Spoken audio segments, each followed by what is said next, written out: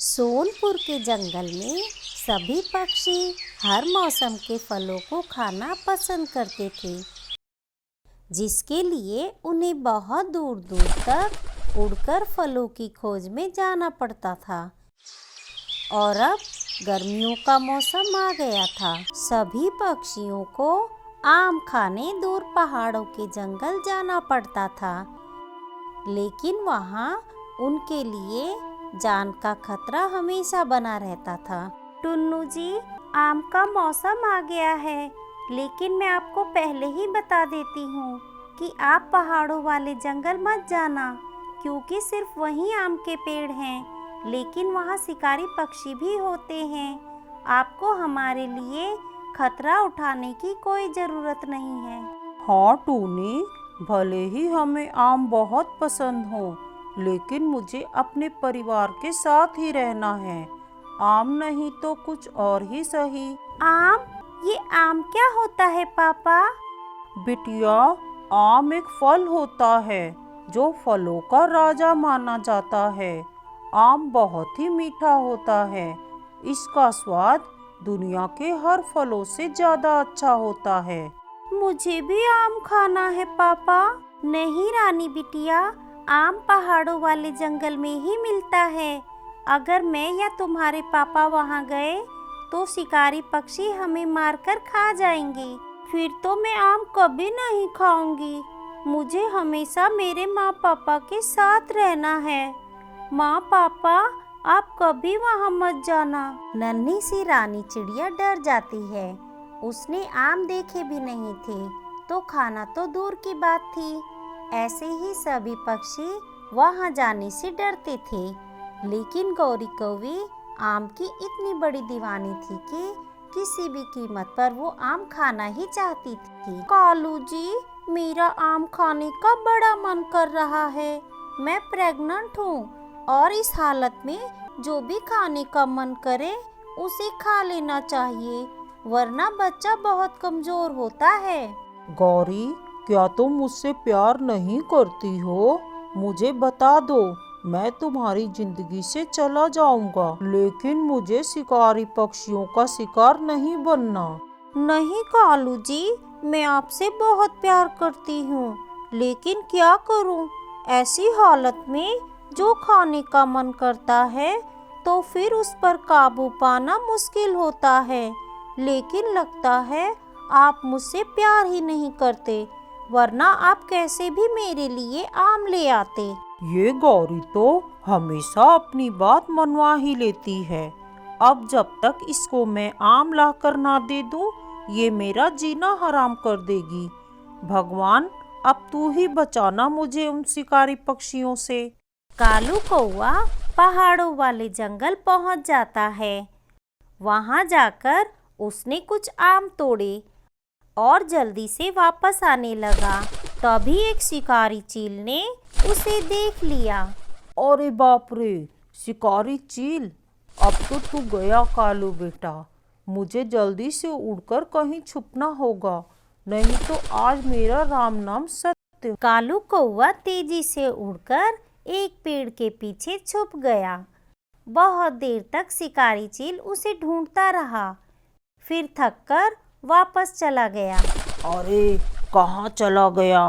अभी अभी तो यहीं आया था। लगता है मुझे चकमा देकर भाग गया। कितना अच्छा शिकार मेरे पंखों से बच गया। काफी देर हो गई, अब तो वो शिकारी चील चला गया होगा।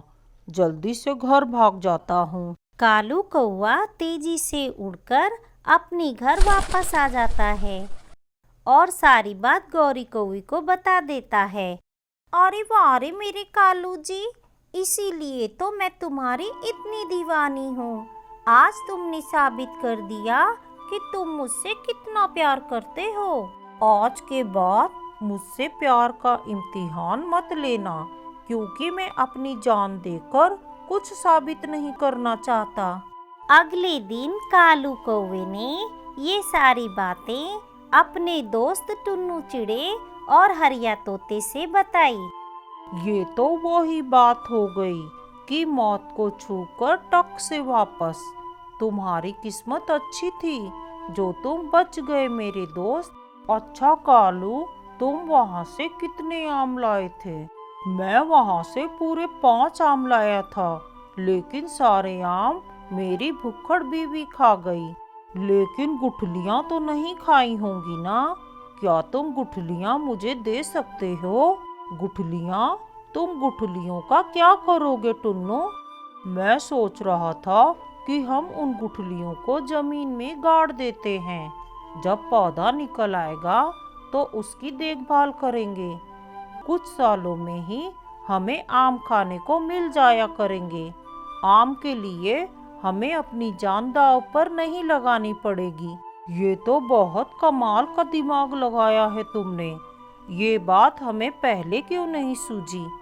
अगर हमने पहले से ही इस जंगल में आम के पेड़ लगाए होते तो जंगल के सभी पक्षियों को इतना दूर नहीं जाना पड़ता।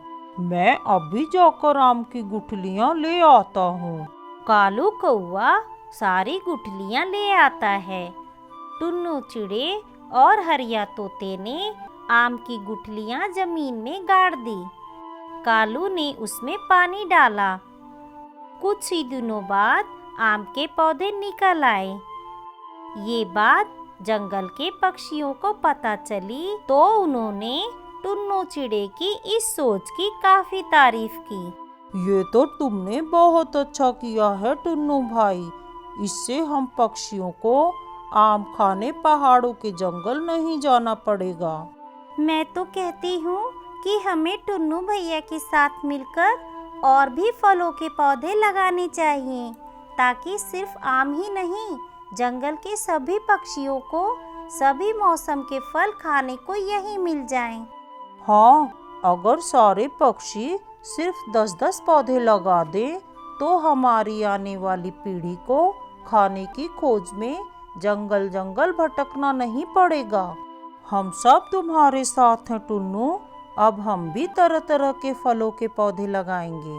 फिर जंगल के सभी पक्षियों ने अनेकों प्रकार के फलों के पौधे लगा दिए।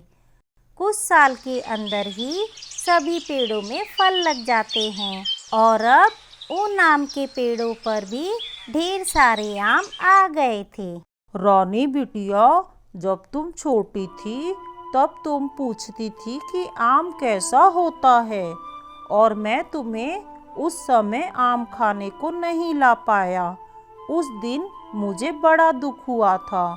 इसीलिए मैंने अपने मन में सोच लिया था कि मैं इसी जंगल में आम के पेड़ लगाऊंगा, ताकि मेरी बिटिया ढेर सारे आम खा सके। जंगल के सारे पक्षी उस पेड़ से मीठे मीठे आम खाते और अब वो सभी बहुत खुश थे, क्योंकि उन्हें जंगल जंगल भटकना नहीं पड़ता था।